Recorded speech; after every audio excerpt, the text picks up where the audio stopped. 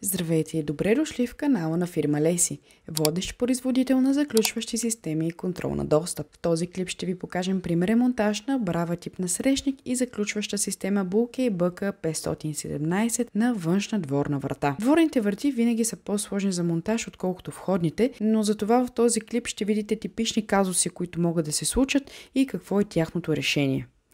Нека започнем първо с компонентите. Както знаете, всяка една заключваща система се състои от множество компоненти. Страхотното при Bulkey системите е, че всички модули са взаимно заменяеми, което позволява да изберете най-подходяща система за вашите клиенти. Как избрахме компонентите за този монтаж? Клиента желая система, чието чипове да не могат да се копират при ключари и желаеше чиповете да са от пластмасовите. Обикновено това запитване получаваме от клиентите. Вече оттам е наша задача да помогнем за избора на най-подходяща система. На информационният ни сайт сме направили ръководство по това как и вие да изберете най-подходящия контролер за вашите клиенти. Вижте линка в описанието на този клип. А ето и нашия избор. На първо място избираме контролера. В нашия случай ще използваме контролер Bulkey BK517. Това е криптиран контролер с RFID чипове. Криптиран означава, че е с високо ниво на сигурност и неговите чипове не могат да бъдат копирани при ключари. Това решава проблема с безконтролното копиране на чипове и дава спокойствие на живущите. Използваме контролер BK517, защото това е най-подходящия за желанията на клиента, но на сайта ни можете да разгледате широка гама от контролери за всеки бюджет и изисквания. На второ място избираме четеца. Това е видимата част от системата, към която потребителите подава своите чипове. Самият четец прямо начина на монтаж може да има различен корпус. В нашия случай сме избрали четец за вграждане ELRF01 бял цвят, който е най-предпочитания заради естетическия си вид, лесен си монтаж и вандалоустойчивостта си. На трето място е бравата. За този монтаж ще използваме брава тип насрещник. Тя изглежда ето по този начин и е единствената електронна брава, която позволява едновременно вратата да се отваря както с електронен ключ, така и с механичен. Обърнете внимание, че на пазара има два вида брави тип насрещник – нормално отключени и нормално заключени. В нашия случай ще използваме нормално отключена брава, тъй като така е пожелал клиента. Няма да задълбаваме в техните разлики, може да прочетете повече за тях в информационният ни сайт info.lesibg.com. Поставили сме директен линк в описанието. На четвърто място избираме захранването. Това е лесен избор, тъй като цялата техника се захранва на 12 волта и затова взимаме преобразовател от 220 към 12 волта заедно с букса клема за по-бързо свързване. На пето място избираме другите монтажи аксесуари. При този монтаж ще използваме планка за четец и бутон за стенен монтаж. Монтажната планка не е задължителна, но улеснява монтажа и дава свобода при рязане на профила. Относно бутона, обикновено при бравите тип насрещник не се налага да се слага такъв, но тъй като тук става въпрос за решетъчна врата, то се налага да сложим и бутон, по-късно във видеото ще разберете защо. На шесто място избираме кабелите. За този монтаж ще използваме двужилен кабел 0,5 квадрата, но в други монтажи често се налага да използваме и FTP кабел, който също може да закупите на метър от магазина ни. И на седмо последно място слагаме Bluetooth модул за управление, защото клиента е пожелал да може да управлява системата си и през телефон. Контролерите Bulkey могат да се управляват винаги чрез MasterChip, но като допълнителна опция може и чрез приложение на телефона. За целта е нужно към системата да се монтира допълнителен Bluetooth модул. Bluetooth модул винаги се продава отделно от контролерите, за да може хората, които не им е нужно да използват управление през телефон, да не плащат допълнително за нещо, което няма да използват. Можете да прочетете повече за това на информационният ни сайт info.lesibg.com. Много важно! Винаги препоръчваме преди монтажа на системата монтажника да е навърши на масата, за да се запознае предварително с работата и връзки. В YouTube каналът ни може да намерите учебен клип точно за това как навързваме система на маса. Всеки един контролер идва с подробно ръководство на български език за монтаж и употреба. В това ръководство ще намерите и най-детайлната информация за всеки контролер. Съветваме ви да пазите това ръководство дори и след монтажа, защото то е точно и конкретно за вашия сериен номер контролер. Да видим какво имаме на място. В момента вратата разполага само с механична ключалка в крилото, която се заключва с механичен ключ и се отваря с натискане на дръжка от двете страни. Крайният резултат, който ще видим, е монтирана електронна брава тип насрещник с вързан контролер и пуснато захранване. Тя ще се отваря с чип отвън, а отвътре ще се излиза с натискане на бутон. Имайте предвид, че след като бе заснето видеото, дръжките от двете страни на вратата бяха заменени с топки, които да не могат да прибират езика на механичната брава. Това е задължително да се направи при решетъчни врати, които се заключват с брава тип насрещник. Ако бравата ви е друга, то тогава това изискване не е нужно. Преди да започне същинската част на монтажа, добре се оглежда мястото.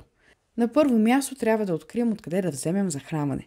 При дворните врати това е най-голямото затруднение. Понякога трябва да се прекара допълнително, а в други случаи може да имаме късмет и да се вземе от някое близко място. В този случай виждаме, че има захранване до горната част на колоната и оттам го взимаме и ние. След като знаете откъде ще вземете 220 волта, огледайте се и къде ще монтирате бравата.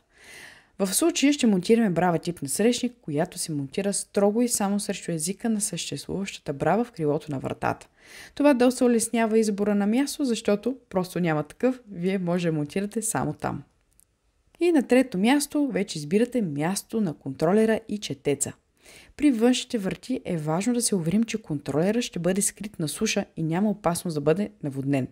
Булки контролерите от серия 517 са заляти с специализирана смола, която защитава корпуса от външни влияния и частици, но не и от вода. Виждаме сега, че колоната е директно захваната горе и няма откъде да влезе вода при евентуален дъжд и затова спокойно можем да поместим контролера вътре в нея. След като завинтим добре четеца LRF01, няма как и през него да влезне вода. Изгледайте клипа до края, за да разберете по-добре за какво говорим. След като сте огледали и преценили тези три точки, можете да пристъпите към същинската част на монтажа. Имайте предвид, че всеки монтаж може да бъде изпълнен по множество различни начини и този, който показваме сега, е само примерен. Вашия може да се различава спрямо особеностите на вратата и изискванията на клиента. При затворена врата маркирате на касата на вратата с маркер, къде се пада езика на механичната брава, тъй като срещу нея трябва да се падне езика на насрещника. После, спрямо отбелязката, налагате самия насрещник и отбелязвате крайните му размери. С това маркираме колко голям отвор трябва да изрежем, за да легне тялото на насрещника вътре в касата на вратата. Този отвор може да направите с режещ инструмент, съобразен с материала на вратата. Това е един от най-енергоемките процеси на монтажа. Само правоъгълен отвор обаче не е достатъчен, защото към него трябва да се направи и малко уширение, което да позволява езика на насрещника да се отваря безпрепятствено. Затова изрязваме такова уширение и да обработваме финно с пила. Тестваме дали когато е поставена бравата се отваря свободно. Това е първият важен тест по време на монтажа. Когато го правим, трябва при нормално отворен насрещник бравата свободно да отпуска езика на вратата, когато дръжката не е натисната. Тоест, само когато бутнем вратата, насрещника да може да отвори. Виждаме, че това в случая става трудно и както се вижда от теста, трябва малко да натиснем дръжката на вратата, за да може тя да се отвори. Този резултат не е желателен и затова сваляме насрещника и продължаваме с разширяване. При втория опит вратата вече се отваря без никакво усилие при побутване, което е страхотно. Но забелязваме друго нещо и това е второто, за което трябва да гледате. Този път при затваряне езика на механичната брава не прескача езика на насрещника свободно, освен ако, както виждате, не натиснем дръжката. Това също не трябва да бъде така оставено, защото, както казахме, дръжките ще бъдат заменени с топки и това означава, че вратата ще се затваря много трудно или само с тряскане, което с времето може да повреди и самия насрещник. Затова започваме да оглеждаме откъде би могъл да идва казуса. След бърз оглед се установява, че проблема идва от самата врата, а именно, че луфта между крилото на вратата и касата е твърде малък и трябва малко да се разшири. Разбира се, няма как да поместим металната колона назад, нито пък крилото на вратата в другата посока и затова трябва да се направи друго. Решението е да избутаме насрещника навътре в касата.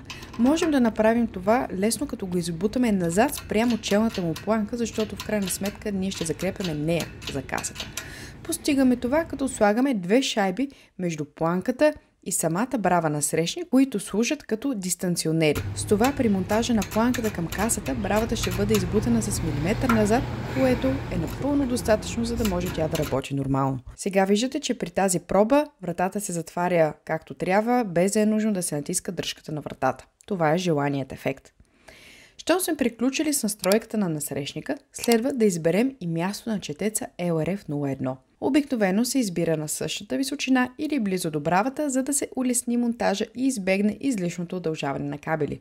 Но ако желаете, можете да изместите и контролера и четеца на разстояние. Поставяме планката и с маркер отбелязваме къде ляга тя, за да може да изрежем в последствие нужния отвор под нея. Планката, както казахме, не е задължителна, тъй като можете да завиете сигурно чеците LRF01 директно за касата на вратата, но с планката монтажа значително се улеснява, защото имате свобода да направите по-голям отвор, през който да прекарате електрониката. След като изрязваме нужния отвор, проверяваме дали монтираният четец на планката ляга нормално и ако има нужда, разширяваме още. В случая няма нужда, тъй като планката ляга перфектно. Ето така изглеждат двата отвора и с това най-трудоемката част на монтажа приключва. Следващата стъпка е да прекараме захранващ кабел по касата на вратата. Възможно е да се прекара външно през кабелни канали, но тъй като е външна врата, това не е желателно и освен това е винаги по-елегантно решение самия кабел да премине през касата. Затова в горния край правим отвор, през който издърпваме кабела до отворите долу. След това изкарваме края на захранващия кабел от отвора на бравата, тъй като после там ще пъхнем цялата електроника. Виждате, че всъщност са прекарани два кабела, а не само един. Това е така, защото на тази врата ще монтираме и бутон за отключване. Това не е стандартна практика при монтажа на брави тип насрещник, тъй като обикновено при излизане те се отварят с натискане на дръжка, както може да видите в други монтажни видеа в нашия YouTube канал. Само където това тук не е обичаен монтаж, защото е на външна врата, която е решетъчна. Ако оставим дръжката отвътре активна, то всеки ще може да промушва ръка и да си отключва. Затова при решетъчни врати обикновено от двете страни се слага топка, която да не може да се натиска и да прибира езика и се монтира бутон за отключване от разстояние. Именно такъв бутон ще вържим и към втория кабел после. Затова са два. Това горе-долу приключихме с механичната част на монтажа и продължаваме с електрическата, а именно свързването на контролера. Както контролера BlueCABE517, така и Bluetooth модула идват с кабелни форми за бързо свързване. В момента показваме обобщената схема на свързване, но ви съветваме при всеки монтаж да огледате добре и също така другите предоставени схеми в ръководството спрямо на личните ви компоненти. Сега оголете всички проводници на кабелните форми, които ще използвате, за да може удобно и лесно да ги свържете. След това оголете и кабела на захранването, който по-рано прекарвахме. Към минуса на захранването свързваме единия от двата кабела към бутона. Както виждате, още при прекарването им, тъй като двата кабела са напълно еднакви, направихме възелче на единия, за да обозначим, че той ще върви към бутона, а другия без възелче е към захранването. По такъв начин няма опасност да ги объркаме сега, когато вече почваме да правим самите връзки. След това навързваме и черния кабел на буксата на BlueCABE контролера и черния кабел на Bluetooth модула. Както ще видите, модулите BlueCABE почти винаги имат кабелни форми с подобни цветове, за да е по-лесно свързване. Все пак, ако свързвате за първи път въпросните компоненти, огледайте добре ръководството, за да сте сигурни, че връзките са правилни. След като и четирите са навързани, ги изолираме добре с изолирбанд. Към плюса на захранването свързваме червения кабел за контролера и червения кабел на Bluetooth модула. И както един удължителен кабел за насрещника. Отново изолираме с изолирбанд. Свързваме двата сини кабела, този на контролера и този на Bluetooth модула. Това е комуникационният кабел, по който те ще си предават данни. Ако вие нямате Bluetooth модул във вашия монтаж или кабел за данни, тогава няма нужда да правите тази свръзка. Към сивия кабел на контролера свързваме удължителен кабел за управление на бравата, която ще навържем по-късно. Следващия подред свързваме белия кабел от кабелната форма на контролера към бутона. Тъй като в този монтаж няма да използваме жълтия кабел на контролера, е добра практика техните проводници да се изолират така, че да не дадат случайно контакт дори и след монтажа. Щом сме навързали всичко, събираме кабелите и трябва да сме сигурни, че всички са изолирани помежду си.